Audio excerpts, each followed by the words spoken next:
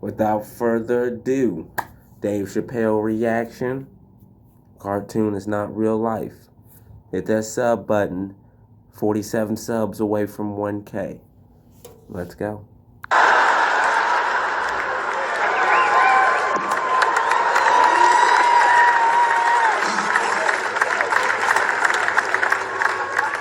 The third time I met OJ Simpson.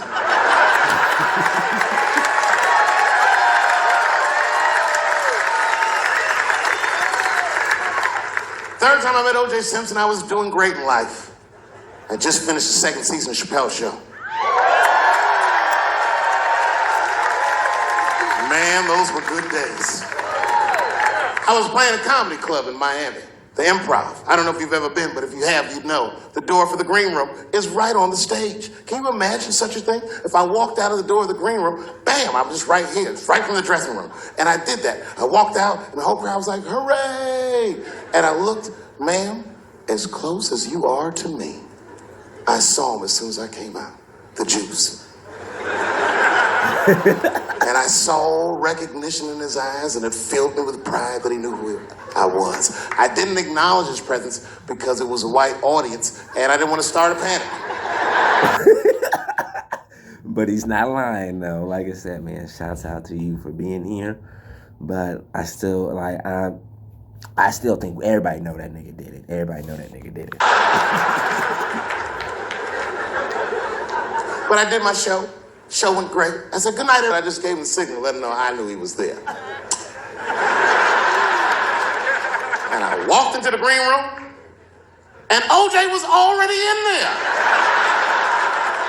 I was like, how the fuck is this possible? I was scared.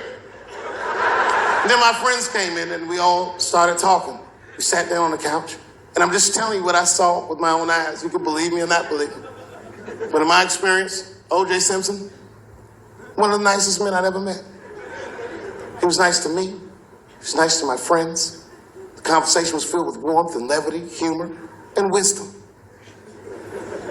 We talked for 90 minutes, and then suddenly the Jew said, you know what? I've got to be going. But it's good to see you again, and I'm glad things went so well. I said, thanks, Juice. And my friend said, yeah, goodbye, Mr. Juice. They're new to the game. He said, no, thank you for your hospitality. Good night, guys. And we said, good night. And he just walked out of the room. And as soon as the door closed, we all looked at each other like, that nigga did that shit. Facts. I'm trying to tell you. Hey, you gotta know how to roll with that shit. That's a lie that you gotta live. That ain't a normal lie. Like, that's a lie and change your whole. You gotta roll with that hoe for the rest of the year. I could feel like murder in the room.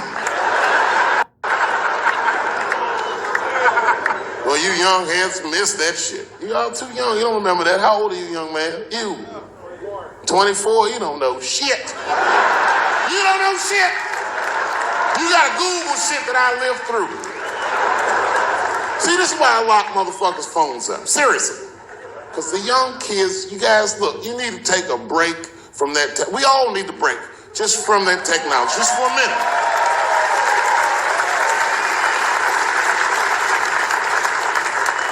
You know, I'm from a different time, young man, a dark time to you.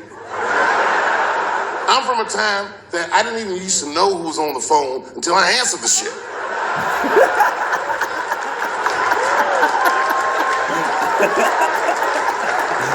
Like when tragedy used to strike. I remember I was 12 years old and the teacher wheeled a television set into the classroom. You remember these things? And she turned it on to one of 3 channels.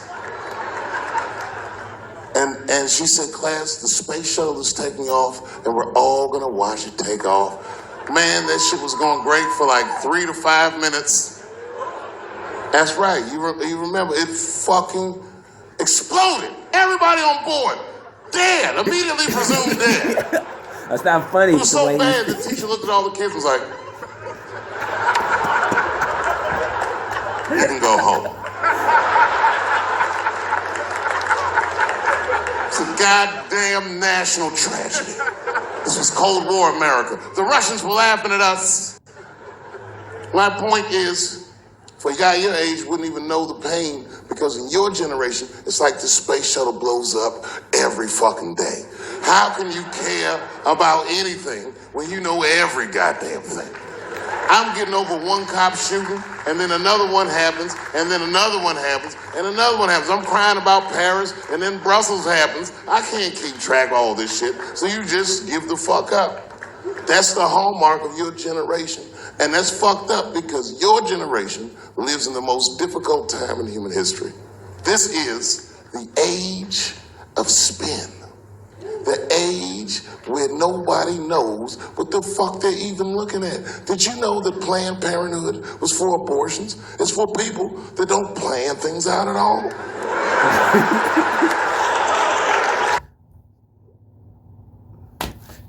Exactly. Like and subscribe, man. Thank you for being here. 47 subs away. That's right. So a guy your age doesn't really know how he feels. Are you pro-choice? Are you anti-consequences? What does it all really mean? It's easier not to care for you. But for us, we were trained to care. We were raised that way. I used to watch a fucking cartoon when I was growing up called the Care Bears.